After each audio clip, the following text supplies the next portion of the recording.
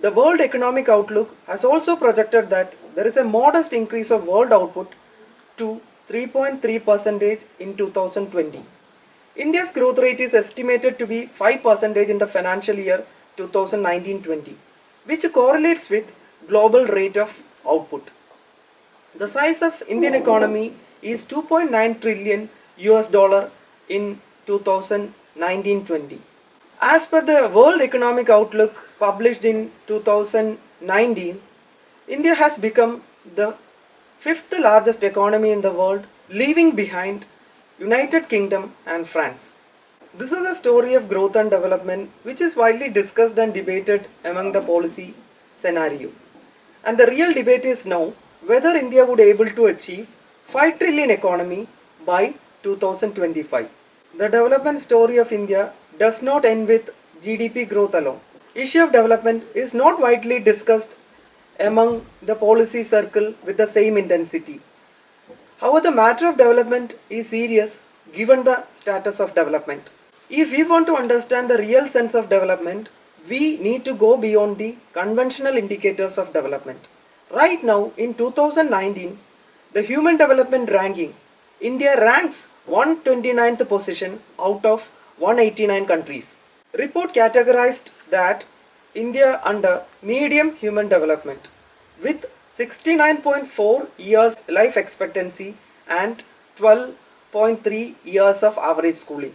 From the Human Development Index ranking, one can understand that we are not performing well in terms of human development vis-a-vis income. As per the Human Development Index ranking, it shows that we could have attained or improved 5 more positions if we able to convert our income into well-being. As per the GDP ranking, it shows that we could have attained or improved our positions, 5 more positions, if we would able to convert our income into development activities. Anyway, the inequality of human development is a great concern in India. It is not just a concern in India because it is a concern which is all around the world. There is huge inequality of human development existed between developing and the developed world, and also within developing and developed world. To illustrate this, consider 2 children born in 2000, one in high human development country, the other is low human development country. In the first case, there is a 50-50 chance of being enrolled in higher education. The second is not much likely to be alive. See the kind of grave inequality of human development existed in the world. When we come to India, the matter of development is more serious. Even after the glorious economic growth of last decade, poverty rate is still high. And it is high at 29.9%, which is high by any standard of developing countries. If we look the condition of children, the matter is more worrisome. 34.7% of children aged under 5 are standard in India. You may not be able to conceive it well if I say the 40.5% of children between 6 months and the 56 months are anemic in India. Moreover, 33.4% of children aged between 0 to 4 years are underweight. Child mortality is still high at 50 children per 1 lakh live birth. After having been spent so much on immunization program, only 59.9% of eligible children are immunized in India. And the matter is more serious if we look the pregnant woman. It is 50.9% of pregnant women in India are anemic. See, there is only 36.4% of eligible beneficiaries are receiving maternity benefit. The effort also need to contain maternal mortality ratio, which is high at 122 per 1 lakh live birth. When we come to education, for instance, only 75.83% of eligible children are enrolled into school at elementary level and the secondary level. Gender equality is inevitable for development. For to measure gender equality, you need to take account of literacy, sex ratio, the political participation of women, the economic participation, and the crime and violence against women. Still, there is high gender inequality in the literacy rate. In India, the total literacy rate is 74%, in which 82% for male and only 65% for female. The political participation of female is quite low even at the developing country standard. Only 8.3% of legislative assembly seats are held by the women, and the labor force participation rate of female is only 17.5% at the national level, whereas for male it is 78%. Coming to the earning, the females are only getting 78% that of male. The sex ratio at birth is at 896 females per 1000 males. The attack against women and children has been increased over the period.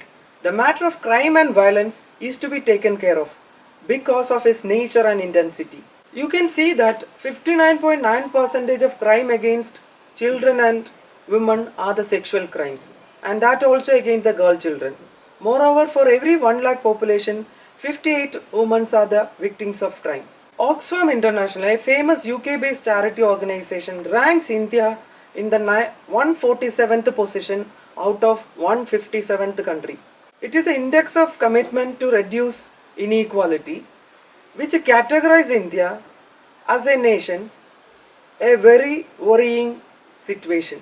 If India were to reduce inequality by third, more than 170 millions of people would be no longer poor. More than that, they specifically noted that the government expenditure on health, education and the social protection is quite low and often subsidize the private sector. Civil society in India has been consistently campaigning for increased spending.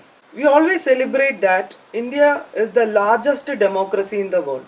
But if we look the report of the Global Democracy Index published in 2019, India ranks 51st position out of 167 countries. The index is based on 5 measures: the electoral process, pluralism, the functioning of the government, the political participation, the political culture and the civil liberties.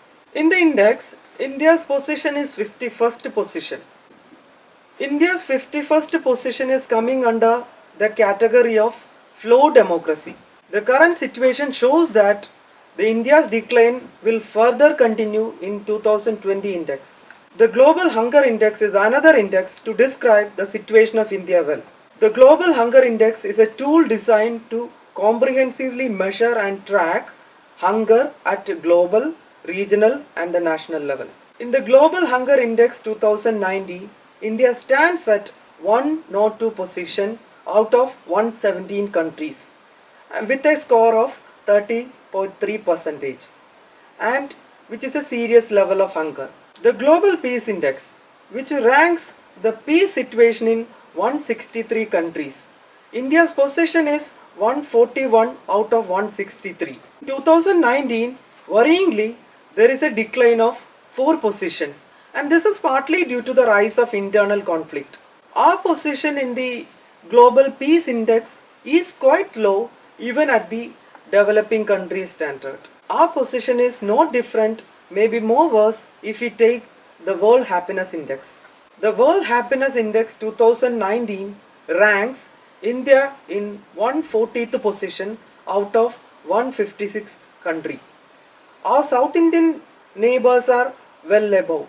For example, in Sri Lanka is at 130th rank, Myanmar at 131, Bhutan at 95 and Pakistan at 67. Our situation is more worse if we compare our situation with Syria. Syria is standing at 149th position, Yemen at 151 and Afghanistan at 154. The World Happiness Index noted very specific thing in 2019. The report noted that India has declined the happiness in the last 3-4 years because of some political and socio-economic reason, and which is very clear. If you take the Global Press Freedom Index 2019, India ranks 140th position out of 180 countries. There are a number of reasons why there has been such a low position in the Global Press Freedom Index. To sum it up whole discussion, first we meaningfully understand what is development and we able to distinguish between what is growth and what is development. Then using the theory of development which we discussed in the beginning, then we try to assess India's condition by taking to account of single and composite indicator of development. Nevertheless, the matter of development is more worrisome in India than the common perceived view.